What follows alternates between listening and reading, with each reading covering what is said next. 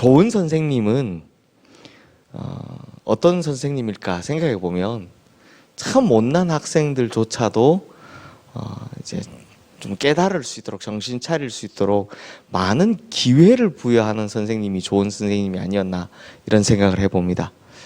물론 뭐 한 번 한 개를 가르치면 10개를 아는 학생도 있지만, 때로는 10개를 가르쳐도 한 개를 잘 못 깨닫는 학생들도 있습니다. 그러면 그 학생들에게 한 번 기회를 줘봤다가 대번에 박탈하는 것이 아니라 스스로 깨닫고 느낄 수 있도록 또 기회를 계속해서 제공해주는 이런 선생님이 진짜 좋은 스승이죠. 그런 의미에서 하나님께서는 이 아합이라는 왕에게요, 참으로 많은 기회를, 끊임없는 기회를 주십니다. 어떻게 생각하면 그 악한 우상 숭배자, 하나님의 선지자를 죽였던 사람, 또 이스라엘 왕들 중에서 가장 악했던 사람, 이런 아합인데, 이런 아합한테 기회를 주다니, 차라리 단번에 그의 생명을 쳐서 왕위를 빼앗아 버리고 말지, 그래서 새로운 왕 세우면 되지 라고 생각할 수도 있겠지만, 하나님의 생각에는 이 아합이 돌이키는 것이 진짜 하나님께 영광이요, 그리고 그의 치하에 있는 북이스라엘의 모든 백성들에게 유익이 될 것이다, 모든 백성들이 하나님께로 돌아오는 길이 될 것이다 라고 판단하셨던 것 같습니다.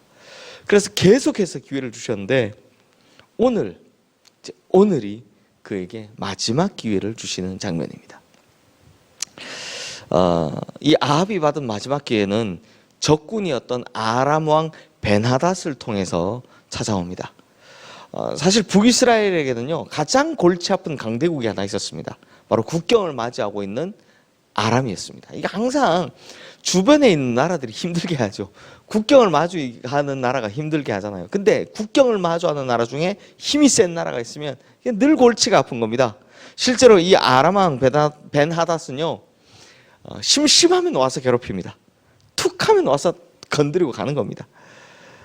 그리고 또 아람 왕 벤하닷이 또 쳐들어온 겁니다. 그런데 이 아합 왕의 특징이 뭐냐? 성경을 자세히 보면 약한 자에게는 아주 독하게 굴지만 강한 자에게는 아주 비굴하리만큼 약한 모습을 보이는 겁니다. 이제 강강약약이 아니라 강약약강이라고 하죠. 요즘 강한 자에게는 약한 모습을, 약한 자에게는 강한 모습을 보이는 왕이었다는 겁니다.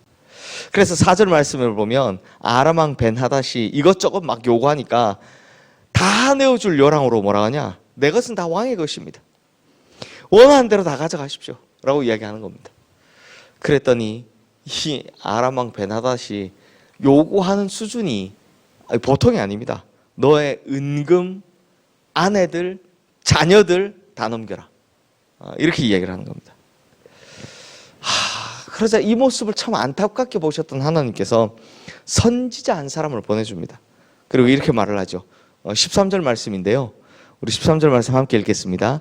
한 선지자가 이스라엘의 아합 왕에게 나아가서 이르되, 여호와의 말씀이 내가 이 큰 무리를 보느냐? 내가 오늘 그들을 내 손에 넘기리니 너는 내가 여호와인 줄을 알리라 하셨나이다. 지금까지 아합을 그토록 사랑했던 바알 선지자나 아세라 선지자, 아합이 그토록 사랑했던 그 바알 선지자, 아세라 선지자는 이때 단 한 사람도 나타나지 않습니다. 아합이 그렇게 챙겨줬던 바알이나 아세라 선지자, 이 위기의 순간 단 한 명도 나타나지 않습니다. 그러나 하나님께서 선지자를 보내시죠.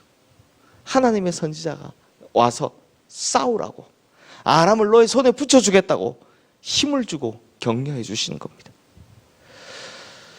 다행히도요, 하나님께서 주시는 어찌 보면 진짜 마지막 기회인 이 기회를 아합이 붙잡습니다.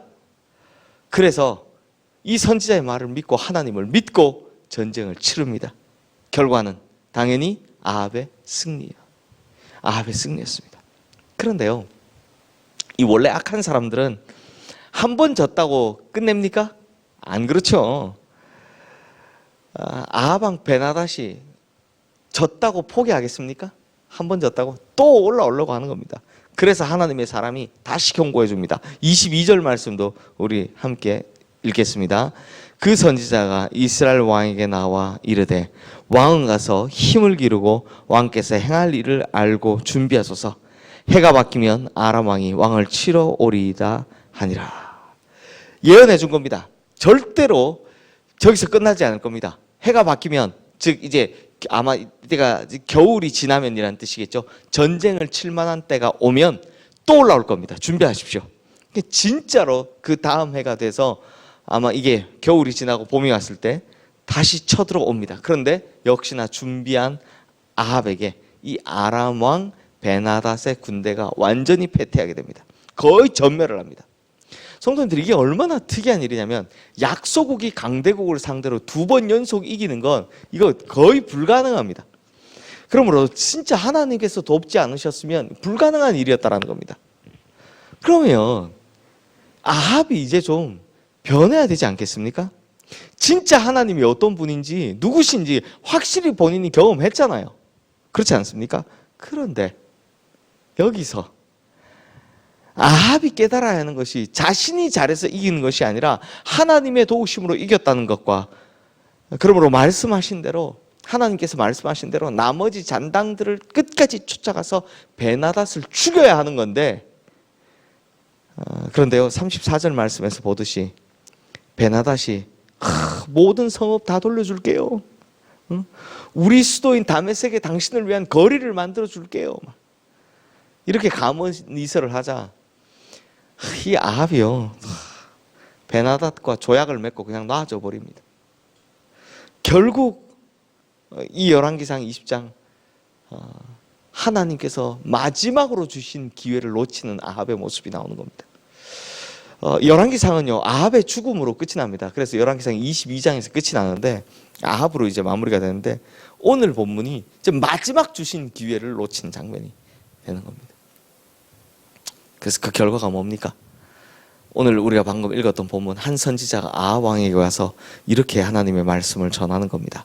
우리 42절 말씀 함께 읽겠습니다. 그가 왕께 아뢰되 여호와의 말씀이 내가 멸하기로 작정한 사람을 내 손으로 놓았은즉 내 목숨은 그의 목숨을 대신하고 내 백성은 그의 백성을 대신하리라 하셨나이다.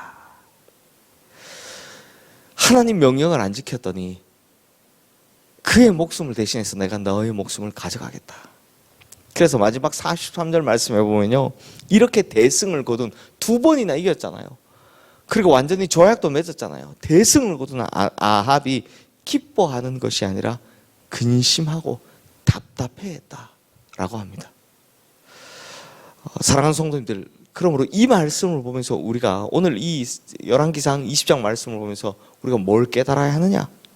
저는요 오늘이라는 단어가 눈에 제일 딱 들어왔습니다. 하나님께서 오늘이라는 기회를 우리에게 주신다라는 겁니다. 성도님들, 오늘이라는 시간은 어떻습니까? 다시 돌이킬 수 있습니까? 내일이 되면 오늘을 다시 돌이킬 수 있습니까? 안 되죠. 내일은 또 다른 오늘이죠. 그러므로 다시 돌이킬 수 없는 것이 바로 오늘이고, 이 오늘이 우리에게 마지막 기회가 될 수 있다는 겁니다. 사랑하는 성도님들, 하나님 앞에 다시 돌이킬 수 있는 날이 바로 오늘입니다. 다시 하나님께 나아갈 수 있는 날이 바로 오늘입니다. 그리고 다시금 우리가 우리의 신앙을 회복할 수 있는 날도 오늘입니다. 이 오늘이 우리의 마지막으로 주신 하나님의 기회가 될 수 있다는 겁니다. 오늘이 영원히 계속 갈 것 같지만, 내일이 또 오늘이 되고 내일이 그 다음 내일이 오늘이 되고 영원히 계속 갈 것 같지만 그렇지 않습니다. 언젠가 우리의 오늘이 거기서 끝나는 날이 온다는 겁니다. 언젠가 우리에게도 마지막 기회가 주어지는 오늘이 올 수 있다는 겁니다. 그래서 사도 바울도 이렇게 고면하지 않습니까? 세월을 아끼라. 언제까지 이렇게 될 수 없다는 겁니다.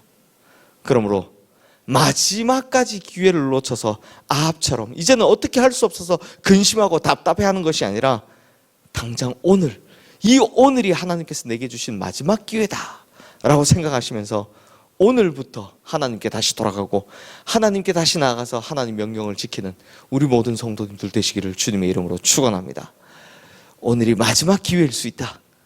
그러므로 오늘부터 하나님께 다시 돌아가자 라고 결심하는 우리 성도님들 되셔서 하나님께서 예비하신 많은 은혜들, 축복들 다 받아 누리시는 우리 성도님들 되시기를 주님의 이름으로 축원합니다.